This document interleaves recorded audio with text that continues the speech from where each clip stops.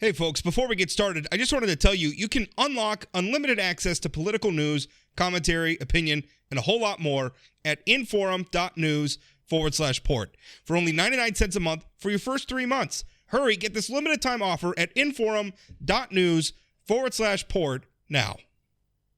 This podcast is brought to you by the North Dakota Petroleum Foundation. From heating our homes, empowering our vehicles, to cell phones, clothing, and medical equipment, oil and natural gas makes everyday life better. North Dakota Oil and Natural Gas, advancing the possibilities. Learn more at ndpetroleumfoundation.org.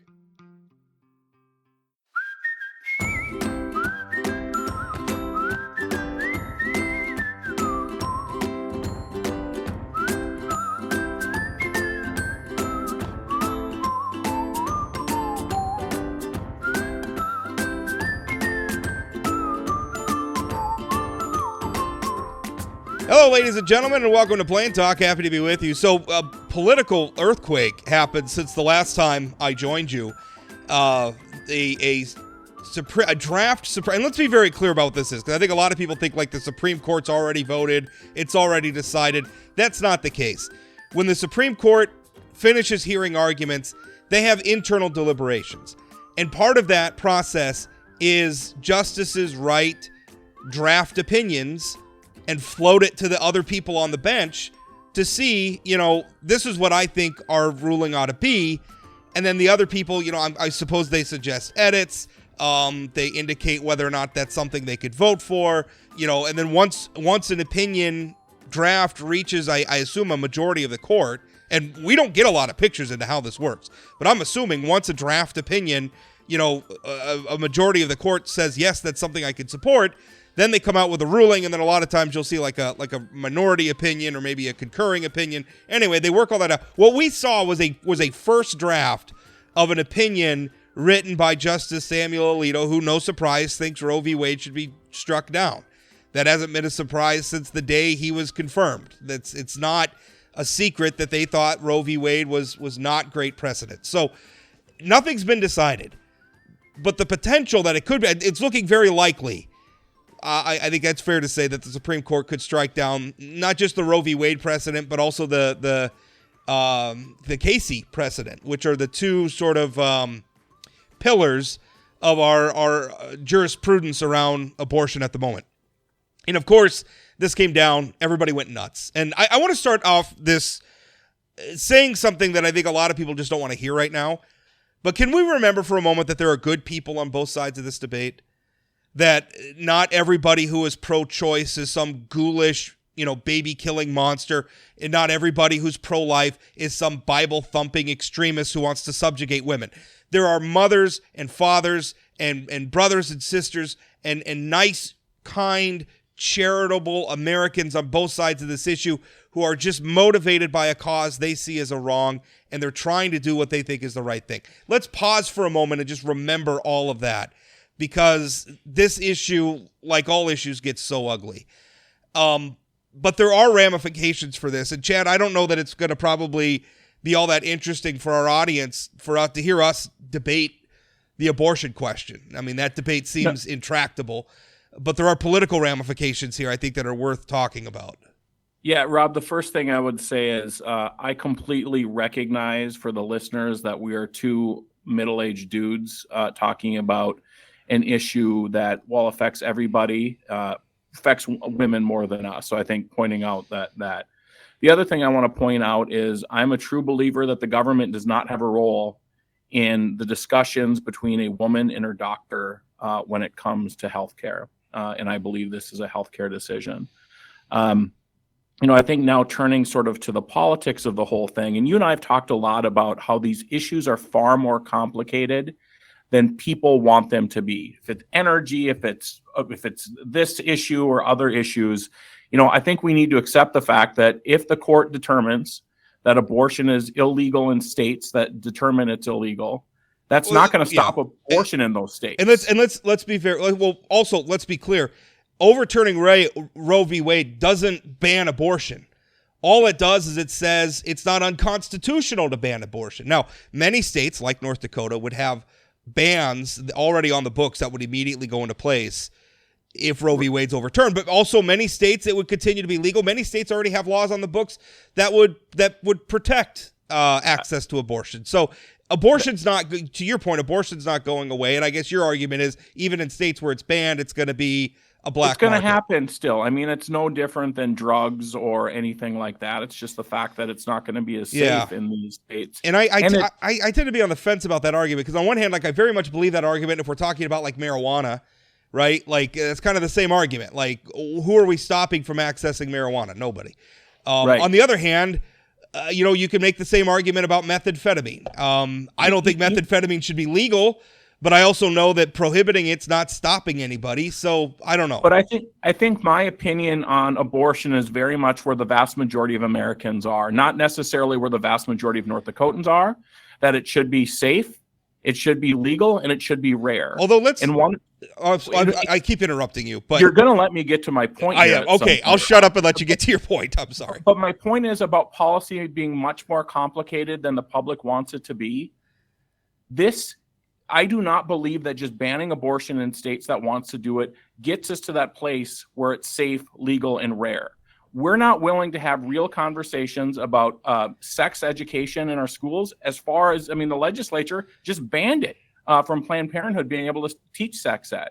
We know that access to contraceptives is a big way to reduce abortions. And finally, making adoption more affordable for adopting parents and mothers that are giving up the babies. We won't even have those conversations because, you see all these signs around town that say, pray to end abortion. Well, then let's do some policy things to make abortion not a realistic option. Let's prevent unwanted pregnancies and let's make adoption more affordable. Just banning it is a simplistic look at how to take care of this. I think that's fair. Although we also need to what constitutes pro-life, because I was just looking at polls. Just about every poll in the country shows that the number of people who think that abortion should be legal with absolutely no restrictions at all, up to term, is a minority point of view in the United States of America. Very, very few people actually believe that. It's very few people believe that it should be 100% illegal. Right. So the thing is this issue, it gets debated by the extremes, the people who think it should be absolutely no restrictions at all, and the people who think it should be absolutely banned, no exceptions at all. And those are the extreme points of view. Most of us are somewhere in the middle. For instance, if I told you that I supported a 20-week abortion ban, right? No abortions after 20 weeks. That's a majority point of view in the United States of America. Most Americans agree with that. Does that make me pro-life or pro-choice? Yeah, and I think the labels on pro-life and pro-choice, my mother, and we talk about my mom maybe too much on this podcast. She considers herself pro-life.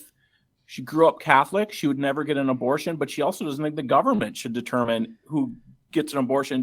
That's pro-choice. Yeah. When you really dive in. But I also think these issues are so in the gray. I'm going to tell a quick story of a couple that I know who tried for a long, long time to have a baby.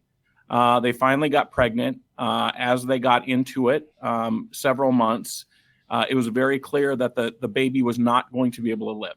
And so 4 months along, but the baby was still going to grow in utero, but was never going to make it. And so they were with their doctor, had to make a decision. Do we terminate this pregnancy, or do we bring the baby to full term and have 6 months or 5 months of people saying, oh, you're so excited? And that shouldn't be the government determining that for that family.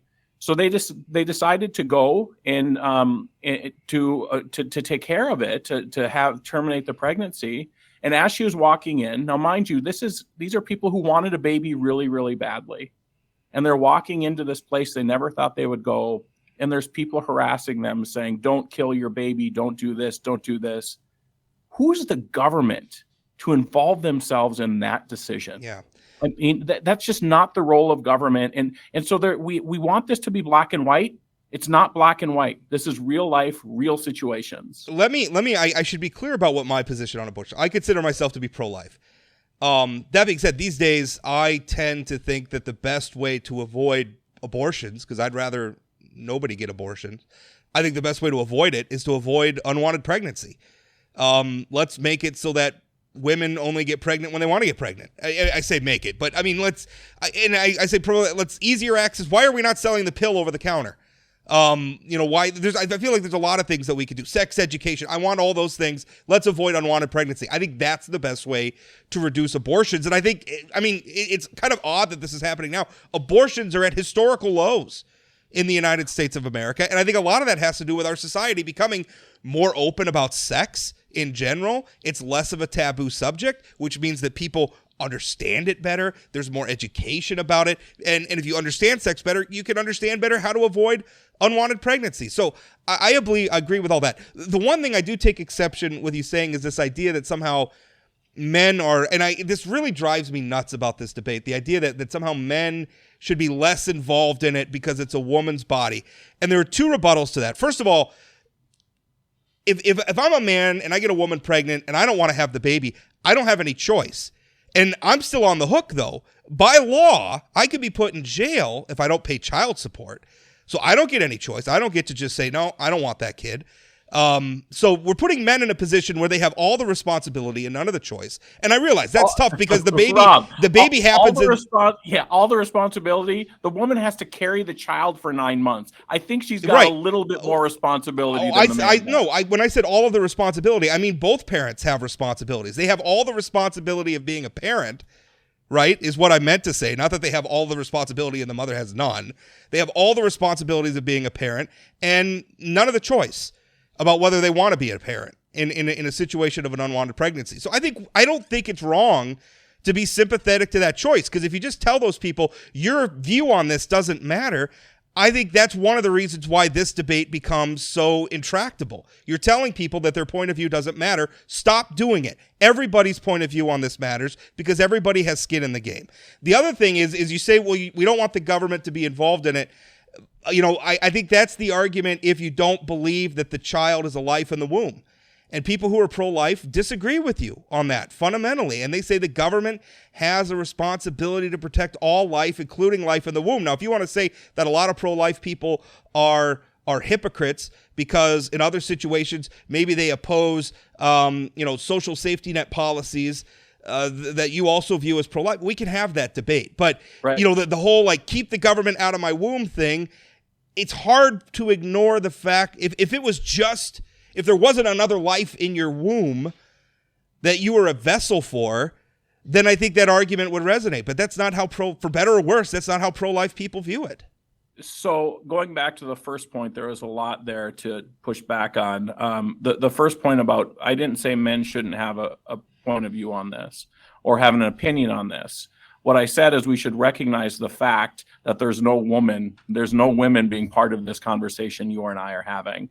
It's like having a Black Lives Matter conversation with just a bunch of white people talking about it. I think there's another perspective that's necessary. Sure. Yeah, listen, ultimately what this comes down to is where people, believe life begins. And I think that's a real, it's tough. It's tough from a policy perspective to figure that out. And so in the situation that I described earlier, where the pregnancy is not going to come to full term, again, there's some nuance there about, and do we protect the life of the mother? I think there's people on the anti-choice side of things who would say, no, just let the cards lie. This is the way it's supposed to be, or rape or incest and all these other things. This issue isn't just black and white. Pro-life, pro-choice, should abortion be legal, should it not be abortion? There's so much nuance. But it drives me crazy, Rob. You brought it up, the comprehensive sex ed. So you have a bunch of people at the legislature who claim they want to end abortion, who are also fighting against the ability for people to learn about comprehensive sex ed. We want to prevent unwanted pregnancies. That's the best way to stop abortions from happening. Unfortunately, you can't ignore that part of that debate is that the sex ed was being provided by Planned Parenthood, which has become an extremely hyper-partisan organization in much the same way that the NRA has become for Republicans. I think that's one of the terrible mistakes that the NRA made, is allowing itself to become sort of an arm of the Republican Party at a time when, if you care about the gun rights issue, you should want to persuade Democrats and bring them over to the side as well. I don't think Planned Parenthood becoming such a partisan organization has helped the pro-choice cause. And so you can't ignore that facet of that debate that took place in North Dakota. Now, I agree with you. Why are we banning sex education? If you're pro-life, Teach the kids how to have sex responsibly so we can avoid unwanted pregnancies and thus avoid abortion. Yeah, and just to be clear, Planned Parenthood does not perform abortions in the state of North Dakota. They don't have a clinic here. Again, okay, them performing, well, but it's true. I mean, that's just a fact, Rob. I mean, it's true. They perform a hell of a lot elsewhere.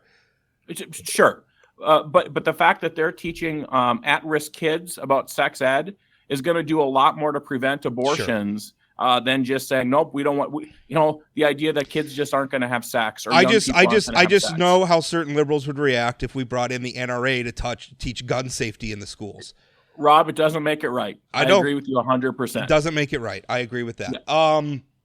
But the other piece of this, Rob, is the adoption side of things. We need to do more to incentivize people to keep their babies and put them up for adoptions. I hear so much from people who are just like, well, there's so many families that want to adopt babies. That may be the case, but they have to have tens and tens of thousands of dollars. The birth mother, it's not just as simple as saying, I'm going to have a baby and I'm going to give this thing over that I've had for 9 months. It's an emotional, traumatic thing for the birth mother to go through.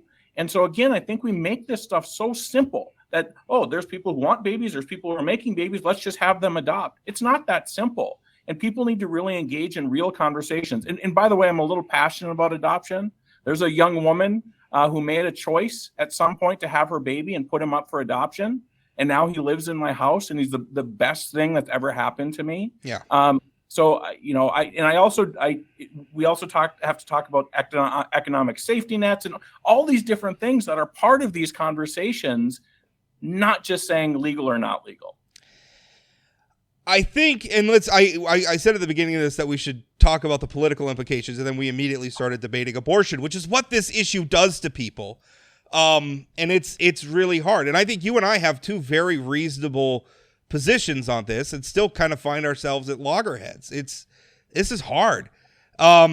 Because it's hard to legislate for every situation involving a pregnancy. So one of the things that and maybe I realize that this is probably tough for people who have the pro-choice point of view to hear, but there is part of me, and I was reading there was a Washington Post column that made this same point from Kathleen Parker today, and she was arguing that politically this may be a very healthy thing for America to take abortion out of the judiciary and put it back before the state legislatures. Now, I realize if you believe in like if you have the pro-choice view and you're saying, why are we leaving it up to a bunch of state lawmakers about when a woman can exercise her rights and her control over her body and all that stuff, I understand that that's part of this debate. But let's look at some of the other positives. For one, maybe abortion quits being a litmus test issue for federal candidates. Right? If we move this into the state legislatures and then the state legislatures solve the problem for however their constituencies want to solve it, maybe abortion fades as one of those single issue litmus tests for candidates across the board. Because you look at both, I mean, Democrats don't have pro-life people left, although the North Dakota Democratic Party has Mark Haugen as a House candidate. We could talk about that in a minute. Republicans don't have pro-choice people left. Maybe this opens up the door to more moderates. There's the potential that our judicial appointments don't become a seek and destroy issue, trying to figure out what how the judge feels about Roe v. Wade as precedent and Casey and all those other precedents. And maybe, we allow the American federalist system to work where North Dakota is going to do what it's going to do on abortion. California is going to do what it's going to do on abortion. And we settle this in the Democratic arena. As hard and as fraught and as difficult as that is, I feel like that's better than just the court speaking from on high. This is how it will be for everybody. I feel like it's going to be healthier for this to have this back in the political arena. So, Rob, I actually think I worry about just the opposite in terms of state candidates, right? I mean, so right now it's a federal litmus test, pro-life, pro-choice. Now you're going to have 141 legislators running in North Dakota where that's the issue. You and I've talked a lot about. But they already do. I mean, they already do that. Yeah, but you can say we're not dealing with abortion because it's a federal issue. I mean, it is going to accelerate the amount of time spent on abortion in the states. Maybe North Dakota's already made their decision. We have a bill that's been on the books since 2007 that will immediately make just about every type of abortion a felony. Sure. Well, I hope you're right about it being less of a litmus test and making abortion less political. Assuming this is how the court's going to rule, too, by the way. Yeah. This is how the court is going to rule. Okay. I know it's just a leak, and I know you have to put in those caveats, but when Roberts verified this leak is real, I think now the question is at 4 votes or 5 votes or 6 votes. But anyway, I worry about the state legislature spending even more time on abortion. I hope you're right that it's not a litmus test. The other sort of cold, sort of political part of this is, does this activate Democrats in 2022? Not in places like North Dakota that I think is overwhelmingly on the anti-choice, pro-life side of things. But I think in other places you might have those suburban women swing voters who are maybe thinking about abortion a little bit differently and the importance of electing people who agree with them on abortion. I feel like this could be, and I don't know, because I think there's two ways to look at it. There's the short term and there's the long term. And I think short term, I think you're right. I think this could be a big motivating factor to get Democrats out. It gives, let's face it, Democrats nationally were looking for something to campaign on. They didn't get Build Back Better. They didn't really have a lot to talk to voters about. Now they do. So I think in the short term, at first blush, what is less than 48 hours into this, that sure seems like Democrats have a motivating issue that's really going to help them get out the vote. Long term, I think it's probably good for Democrats too, because I think it puts listen, you got to give a lot of, whether you agree with them or not, give some credit to the pro-life cause. They have been fighting this fight for decades. They played the long game. They elected the people. They got the judges, and they overturned it. Right? We came to a day. I think for a while the pro-choice movement said we won. Roe's the precedent. Casey's the precedent. It's never going to be overturned. We won. It's settled law. That was the argument for so long. And the pro-life movement came along and said, no, it's not. Here it is. Assuming, again, that the court's going to rule this way. So I think long-term, it's kind of like the dog caught the car. So I keep thinking about that analogy, the dog caught the tire. Now what's it going to do? Because you've had this long run. I agree that the pro-life movement's had this long run to get to this point. I mean, people on my side of the aisle, we saw this coming, right? I don't think a lot of people should be surprised. I mean, Lisa Murkowski and Senator Collins being surprised that the court is doing this is just naive. I don't think they're that surprised. Yeah, they shouldn't be if they are. But now I sort of think of, okay, the conservative movement has used abortion as this political football to motivate sort of evangelicals and Catholics and that kind of thing.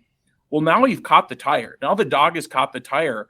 What do you do? I mean, do you continue to motivate, we're going to lose it? That's a lot harder to motivate people, as the Democrats have shown over the past several years. Do they start focusing more on state races? I think that'll be interesting moving forward. And that's just the cold political calculus, trying to remove the human dynamic of all of this.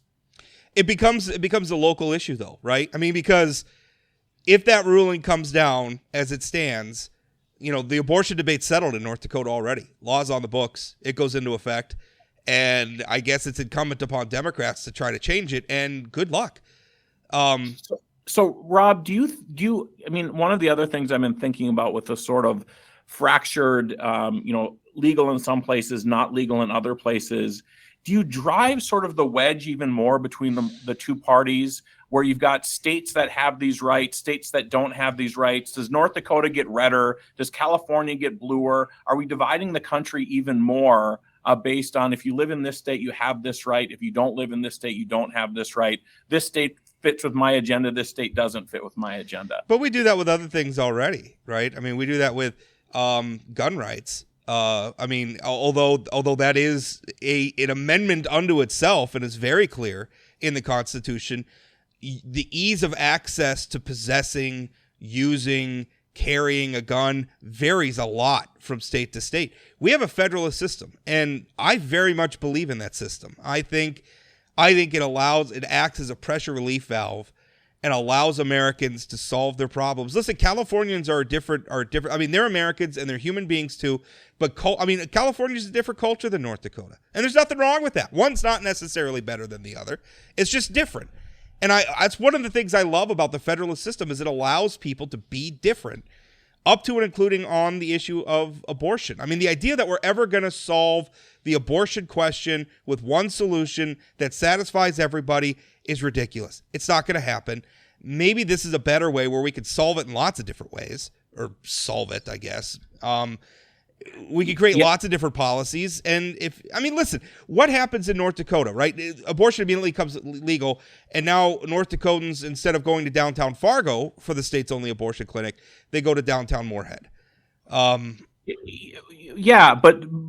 And that's the case. But what if Minnesota gets rid of it then, and then somebody in North Dakota has to get in an airplane to have their health care done under the situation where it's a pregnancy that's going to hurt the mother or something like that? And in 2020, first of all, it's not 1950 anymore. So traveling state to state is not the challenge it once was. Rob, if you have the means, I should introduce you to some poor people. Yeah, well, I don't. Have you seen the price of airline ticket? You could fly to Nevada for, $40. I mean, how much is? I mean, even at high gas prices, traveling state to state in a car is not that expensive anymore. And listen, I understand. It's hard.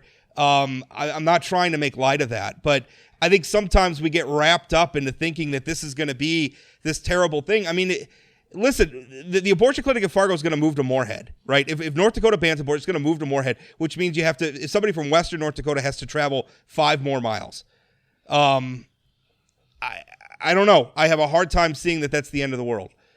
Yeah. I just, the other thing that I've been thinking about is,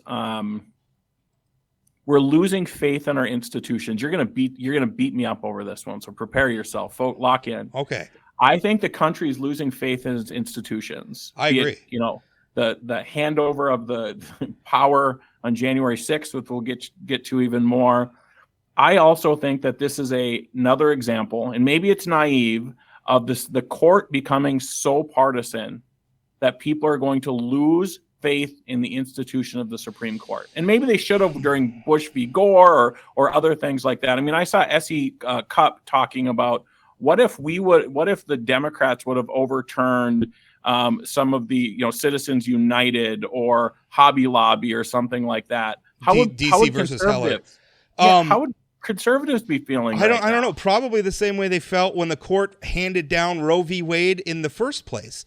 Or maybe how they felt when the courts upheld Obamacare, with John Roberts somehow finding that a tax isn't really a tax, right? I mean, listen, the Supreme Court's handed down a lot of tough decisions for both sides. I agree with you, though. We are losing respect. It worries me that we didn't have a peaceful transition of power back in January last year.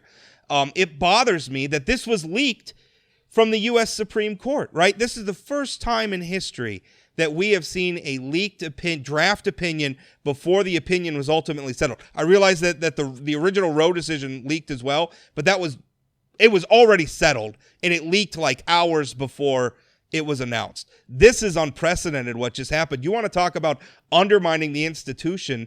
This undermines the Supreme. I mean, at this point, can the justices trust one another when they're circulating draft opinions and trying to settle some of these issues? Now they can't trust each other. So do you think that's a terrible thing? Do you think it was a liberal or a conservative that leaked it? I can make both cases in my head. I can, absolutely. I'm on the fence about it. I go back and forth because on one hand, I guess the two arguments are a conservative leaked it to try to enforce discipline on maybe some justices who were wavering. And on the other hand, maybe a progressive leaked it to elicit the sort of response that we're seeing right now, and to pressure and to make, maybe try to knock a justice off the fence, saying, listen, this is, making the argument, I guess, listen, this is going to tear our society apart. I don't think it's going to tear our society apart. I think we have a very, very bad habit in this moment with everything amplified through our expansive, ubiquitous, social media and cable news and everything else. We have a tendency to think that everything is the end of the world. and that we've never been through anything tough like this before. And it's just not true. We survived the Civil War. We survived the world wars. We've survived worse than this. We can get through it. So do you think that the process of interviewing Supreme Court nominees is pointless now? I mean, it seems to me, and I've seen the clips, and I think that Gorsuch and Kavanaugh were pretty careful not to say, I will not overturn. They didn't say it. They certainly alluded to the fact that this is precedent. They're not going to overdo. Like, how are senators supposed to handle those things when now they can't really believe what future justices are going? Well, on the other hand, I mean, you also have to coach, like, why are the senators asking a judge to decide a case that's not before them? You're asking the judges to decide hypotheticals. The judges don't want to do that in the first place, nor should they, right? I mean, it shouldn't be a predetermined outcome. You like to think that they decided on the particulars of the case and apply the Constitution to it. I think, and listen, I'm arguing from the place, I think this is the right decision. I think the previous court, when it handed down Roe, found a right that does not exist in the Constitution. And if you wanted it to exist in the Constitution, then you should have used the process to amend the Constitution and add it. That's the conservative point of view. I don't like the courts adding rights where they didn't exist in the first place. Well, Rob, the good news is you and I agree too much on this podcast, and this one, it's pretty clear you and I are not on the same page on this one. Yeah, well, although probably closer on the idea of abortion and what we can do to reduce it than maybe people would recognize. Which is actually why I'm really hoping this comes out of the courts and it comes into the policy arena where we can debate it, and I hope find better ways that settle this in ways that make this issue less the horrible thing that it already is. But you need to have elected officials who are willing to look at things like contraceptive and sex ed in a non-partisan, non-sort of evangelical way. Sounds like a good issue for legislative campaigns to campaign on, right? I mean, because that's the democratic process. And one of the things that I started out talking out and telling people, there's good people on both sides of this debate. One of the things I saw the North Dakota Democratic NPL, I wrote a column about this. They sent out a fundraising pitch yesterday. I'm going to quote from it a little bit. It says, yesterday, Politico reported that the Supreme Court of the United States has voted to overturn Roe v. Wade, taking away a woman's right to choose. Now, first of all, that's inaccurate. The Supreme Court has not voted. It was a draft opinion. The fundraising email continues. If true, this vile, damning decision will relegate women across the country as second-class citizens, unable to make decisions about their bodies and reproductive health. This is evil. This is unconscionable, and it must be stopped. Now, that's what the party ran. I was in the room when Chairman Patrick Hart presided over a convention that endorsed Mark Haugen as the U.S. House candidate. I talked to Mark Haugen yesterday, and I asked him, how do you feel about this ruling?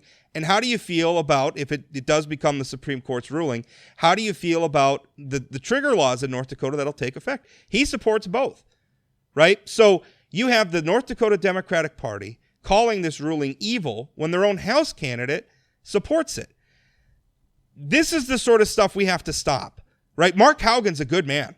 And he's a progressive guy outside of this issue. Obviously, he's socially conservative, but on many issues, I disagree with him as a conservative. I think he's an honorable man. I think he's a good man, and calling him evil, I think I think that's unconscionable. I think that's wrong. Stop it.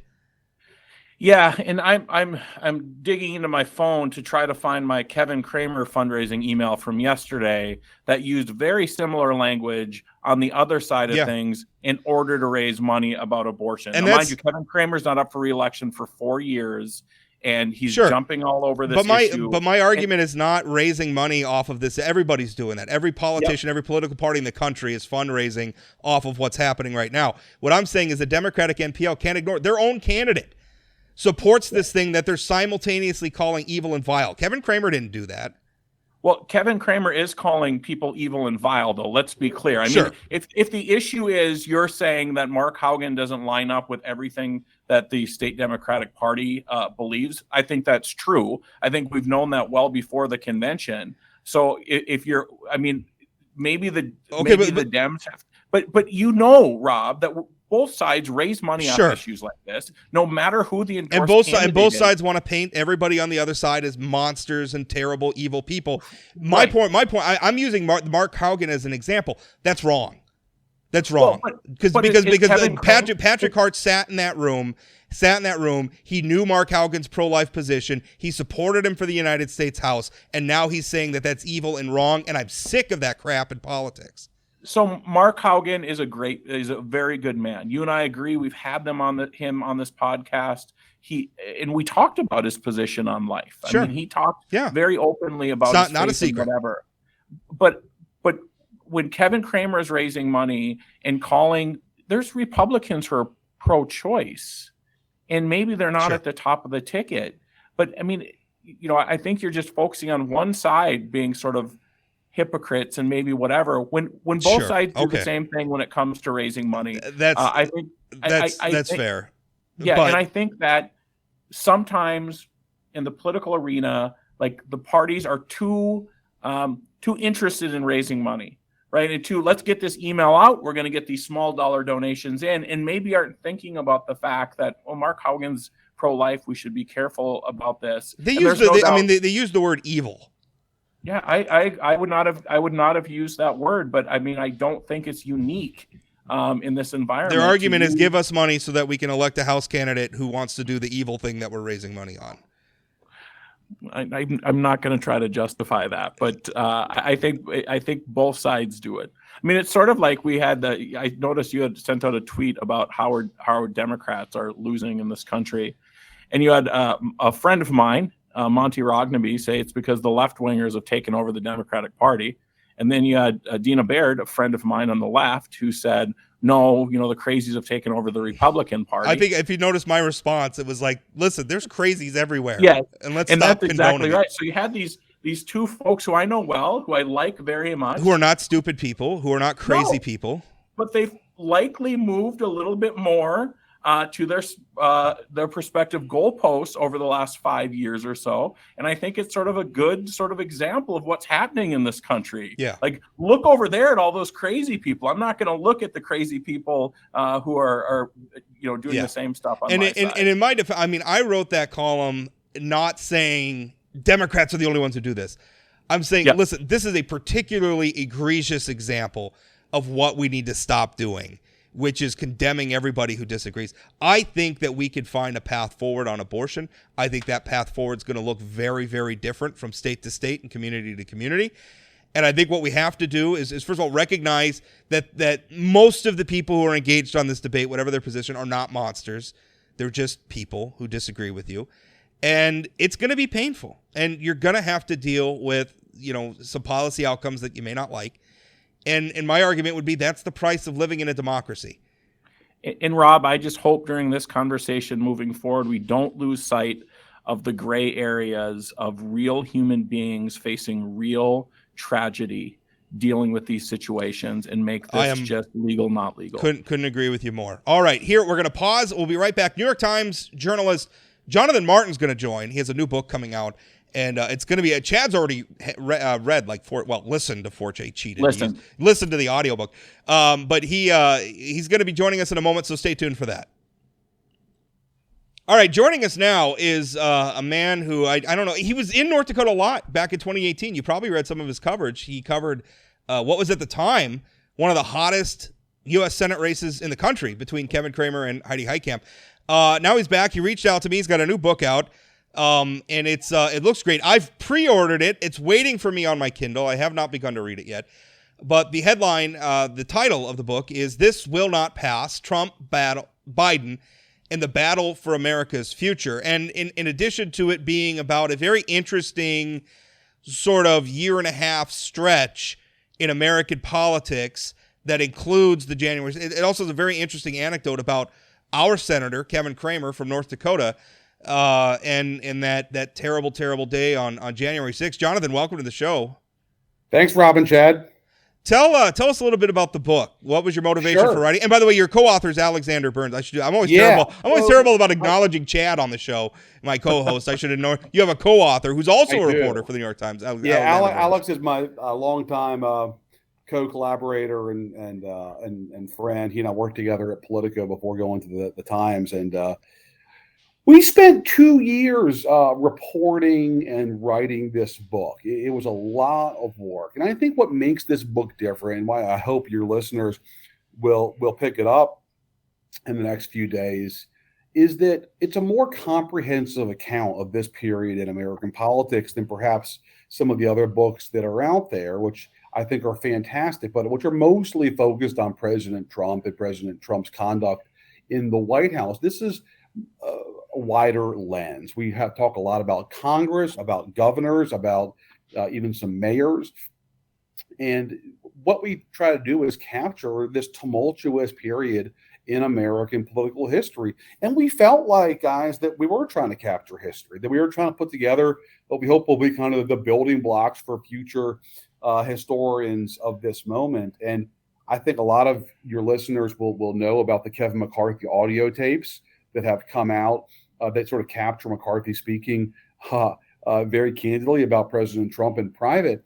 And I think one of the things that we really sought to do in this book is get primary source documentation, whether it was recordings or contemporaneous notes or memos, to try to sort of create a bulletproof narrative, a rich, full, unimpeachable account of this period of crisis in American politics. And we just also, guys, didn't just want to do a campaign book, because the campaign was interesting in 2020, but the campaign never really ended, which sort of explains the title of the book, This Will Not Pass. And we're still grappling with the political forces that obviously characterize the 2020 campaign, and which are still very much ongoing in American life. So there is a Kevin Cramer anecdote right at the beginning of the book. Yeah. Can you talk a little bit about the Kevin Cramer thing? And also, how did you end up in the room in the Hart Senate office building with all the senators? Yeah. How did that happen? Sure. So I should say up front, I spent some time in North Dakota in 2018 covering the Heitkamp Cramer race, and have spent a good amount of time with both Senators Cramer and Heitkamp, and know them both pretty well. So I was in the Senate gallery on January 6th when they were counting the votes, or when they were planning to count the electoral votes and obviously ratify the Electoral College. And I was putting together a story, because the story at the moment I thought was the aftermath of the Georgia runoff the previous day and the certification of the Electoral College. And I hear a voice coming out of the actual chamber itself saying they pulled Pence from the chair. And what that means is that Pence's Secret Service detail had walked up to the dais in the Senate chamber over sort of that stands above the floor, and they had forcibly pulled the vice president from the chair, because Pence, of course, as the president of the Senate, was presiding over the Senate that day in ceremonial fashion. When I heard that, I knew something was up. Put down my laptop and I dashed, and there are these kind of saloon doors that lead from the warren of desks and payphones and such to the press gallery itself, which is basically like the theater in a balcony. It's like, sort of 5 or 6 rows of seats overlooking the floor of the Senate. And I saw Capitol Police officers, both uniformed and not uniformed, grabbing their weapons. I knew something was going on. Long story short, it becomes pretty clear via text, tweets that we're seeing on our phones, that the Capitol has been breached. The security officials evacuated the senators. And when they did, they looked up to the press gallery where we were sitting, and they said, go to the basement. And so we run back inside, go to the elevators, they go to the basement. And I came off the elevator in the basement, and I saw a handful of senators striding very quickly, surrounded by police officers, into the tunnels that connect the Capitol itself to the Senate office buildings. And one of those senators was Kevin Cramer of North Dakota, who I knew, and I just happened to walk with him. It was total chance. I just happened to be walking next to him, and we were both headed to the evacuation site, that this room in the Hart office building. And so I just began talking to Cramer about what was going on. And as you guys both know, Senator Cramer is so candid and plain spoken and happy to talk about what's on his mind. There was a longtime reporter here in the state that once told me, he described, I thought this was so apt for Kevin Cramer, described him as recklessly honest. There's something to that. He has that sort of, plains patter, we call it in the book, vintage Kevin Cramer. And he's a very affable fellow and engaging.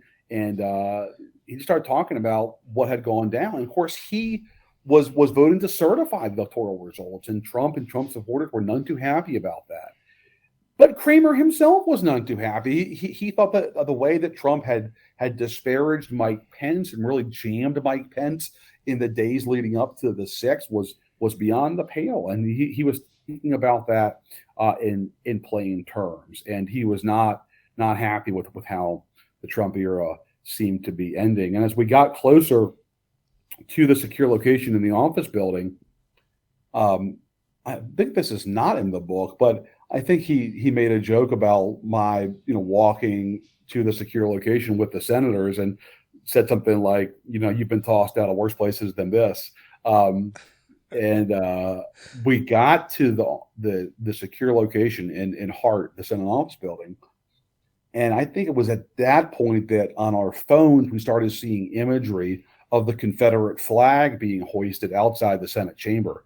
And I recall that really struck Cramer. I think that hit home with him that, oh my goodness, this is serious. The Capitol's been breached. We are under attack. I can read a little bit. This is just a part of the excerpt that you sent me from the book. Yeah. I'm going to quote now. As they approached Hart 216, their predicament began sinking in. Pictures were popping up on their phones showing the rioters pillaging the Capitol, including one man toting a Confederate battle flag just outside the Senate chamber. "Oh, wow," Cramer exclaimed, striding through the Hart basement. "That's right there, all right. How the heck did they get in?" His mind, though, kept returning to the president. "Sometimes I'm not even sure what his end goal is," he said of Trump, adding, "As you know, I'm one of his top loyal people in the Senate. He's never called me. None of his attorneys have ever called me. Sometimes I wonder if he even really what the real motive is." Right. I thought was really interesting because you started the interview saying that you, instead of writing about Trump or about Biden, it seems like you kind of focused on the people around it. And I think that's been one of the most interesting things of the Trump era is not Trump, but how established political figures have reacted to him. Yeah, I couldn't agree more. And I would just say, guys, that I think, the Trump reporting was phenomenal. And a lot of my close colleagues and friends did extraordinary work in capturing the nature of his presidency, especially in the final days of his presidency.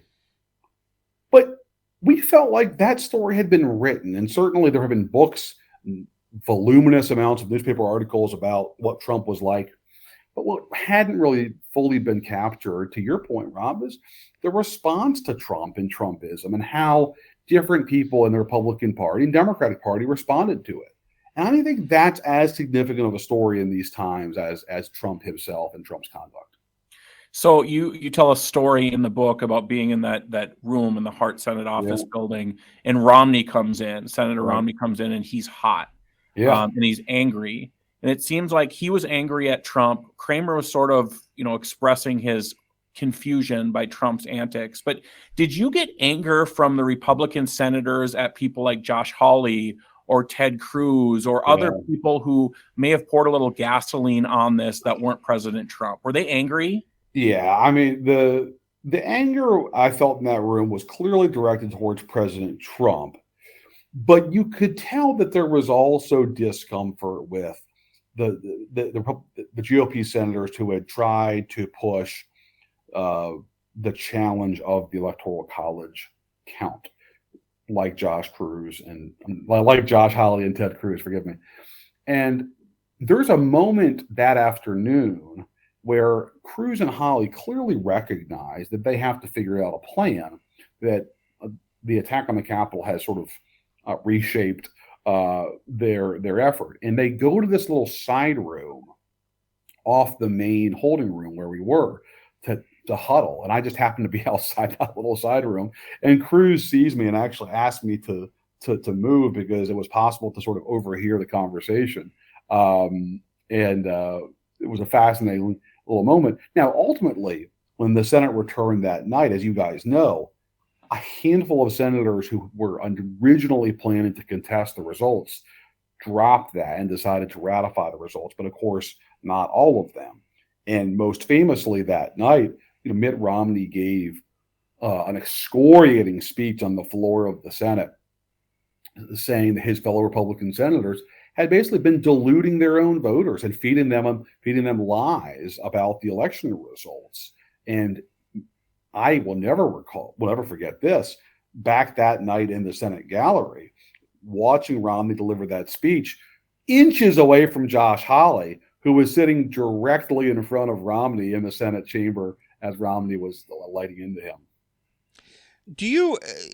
One of the I think difficult things to understand since January 6th, because I feel like I had having read your account of Senator Cramer, yeah. I had the same experience going home. When I saw that Confederate battle flag at the Capitol, I was livid. Yeah. That's my capital. Right. So anyway, that was a tough thing. The difficult thing is obviously there were a lot of reactions in the moment.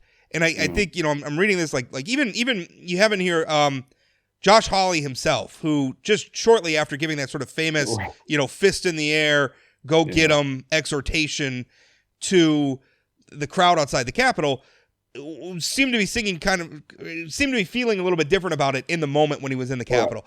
I think that's been so difficult, is watching how many Republicans were scared, were angry in that moment, but have since, sort of Kevin McCarthy being the big example because we have him on tape, but a lot of them, maintaining loyalty or seeking out loyalty with Donald Trump again, from what I perceive as the sake of political expediency. I mean, that's got to be very hard to have been there watching how they felt in the moment versus how they've acted since.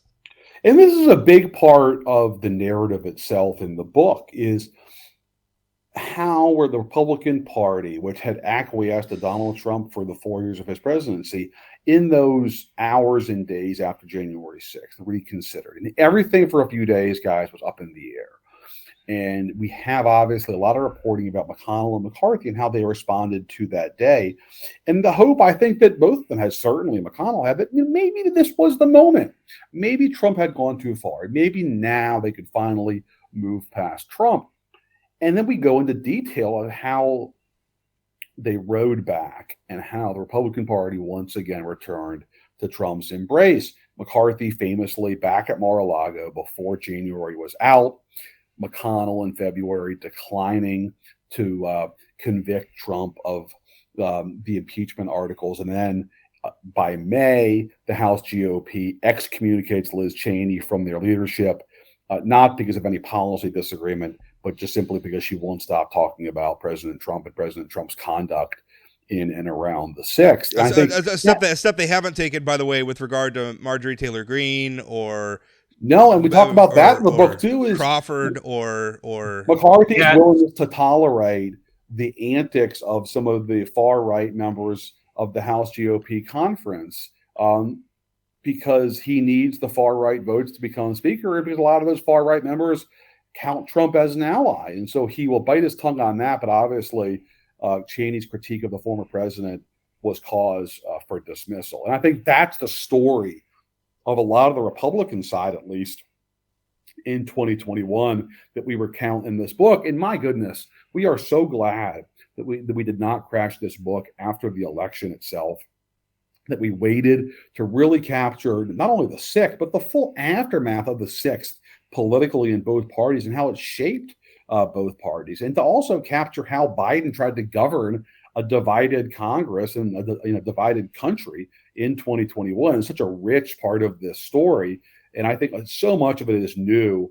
Even if your listeners have seen some of the excerpts, there's a ton more in there, as I think Chad can testify to. So, Jonathan, how did you make that determination on holding a bunch of newsworthy stuff until the book came out? I mean, you could have been releasing articles in the New York Times for months and months and months. Yeah. How do you make I would say, sure. I mean, I think two things on that.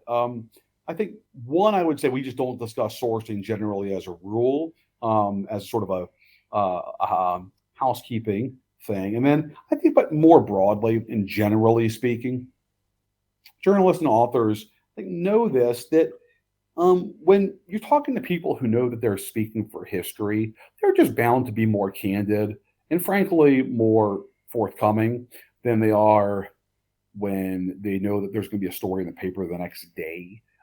It just liberates them to a certain degree. And we found this talking to people over the months, that when we would cue them up by saying, you know, this is not going to be in the paper tomorrow, next week, or next month.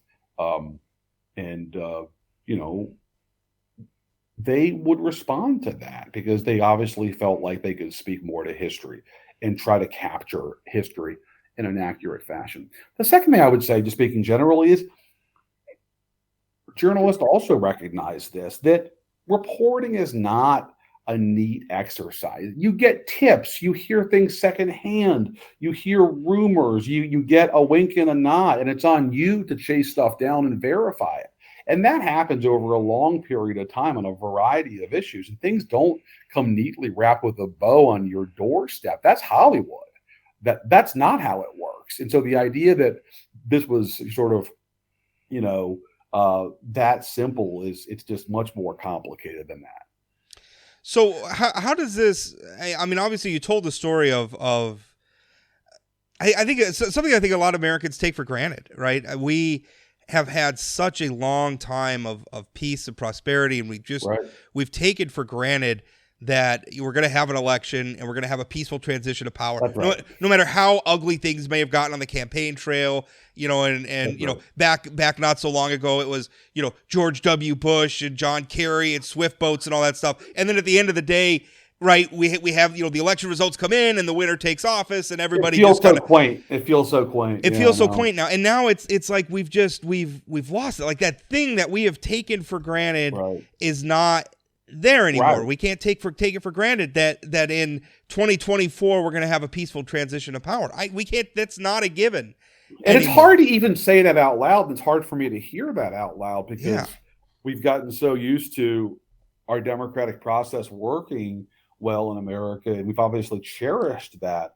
But obviously, the polarization and has got such an extreme here, and sort of norms have been tested and traditions have been strained, that it's not an unrealistic thing to discuss. And you know, that is a sobering conversation to have. But it's part of the reason why we did this book, is to sort of capture how this tumultuous period in American democracy is ongoing. That this is not a finished story. There is no fairy tale ending here.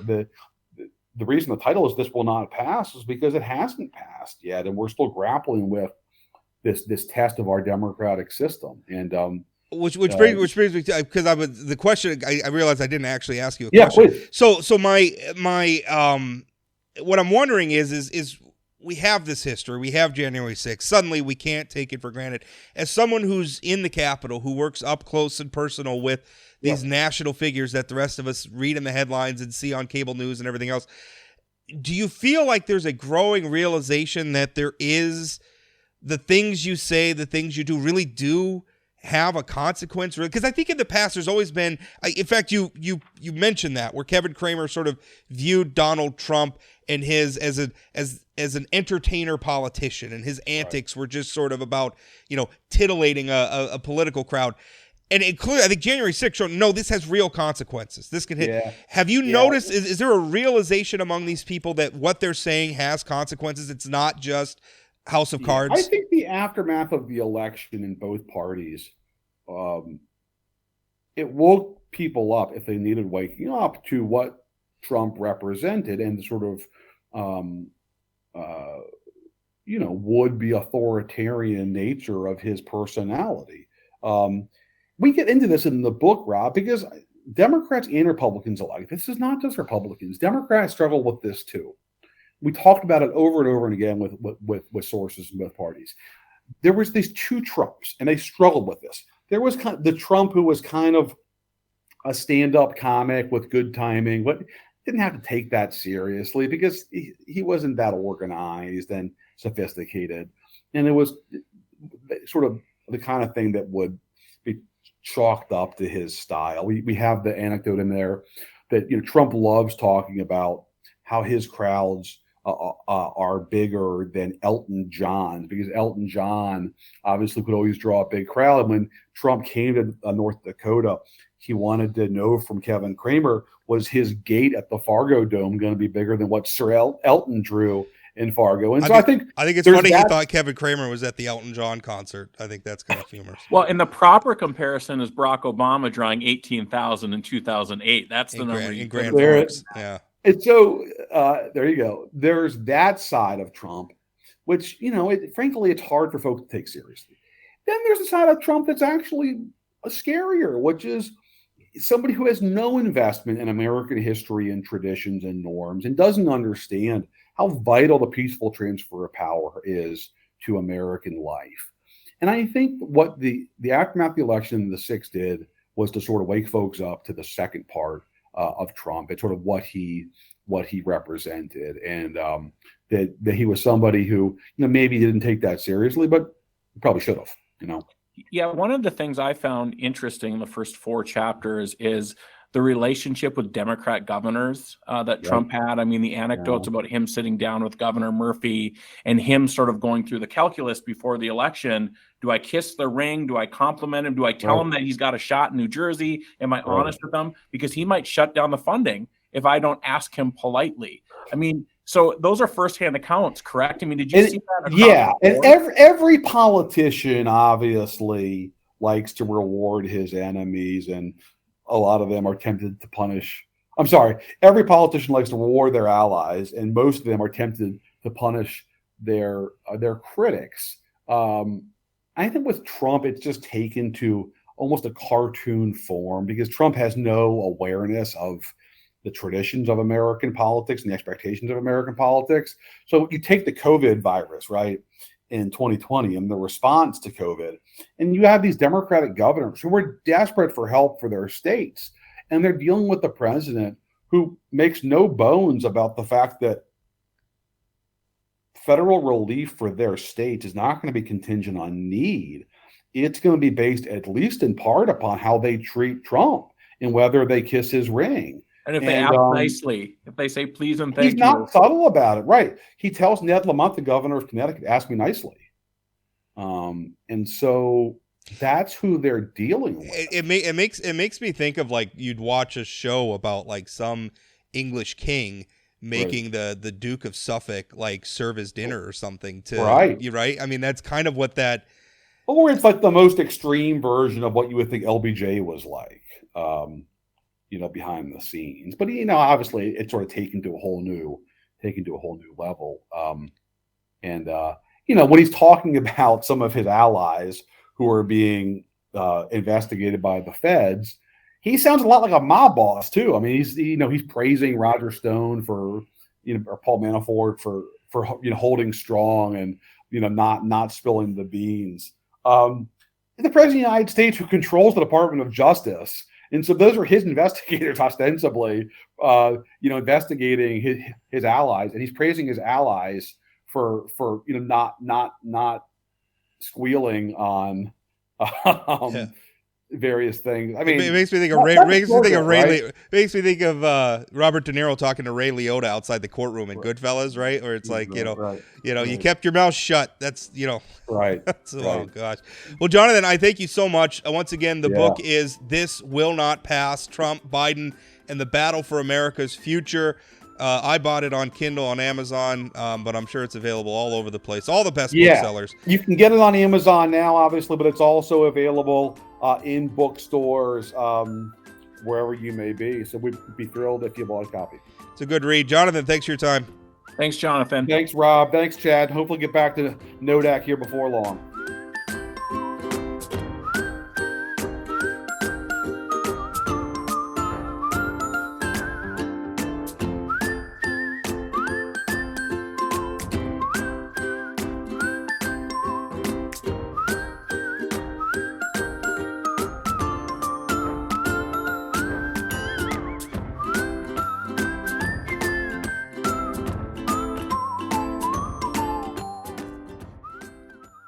Want more political news like this? Visit inforum.news/port to get 3 months of unlimited access to our news network for only 99 cents a month. Don't wait. Get this limited time offer at inforum.news/port now.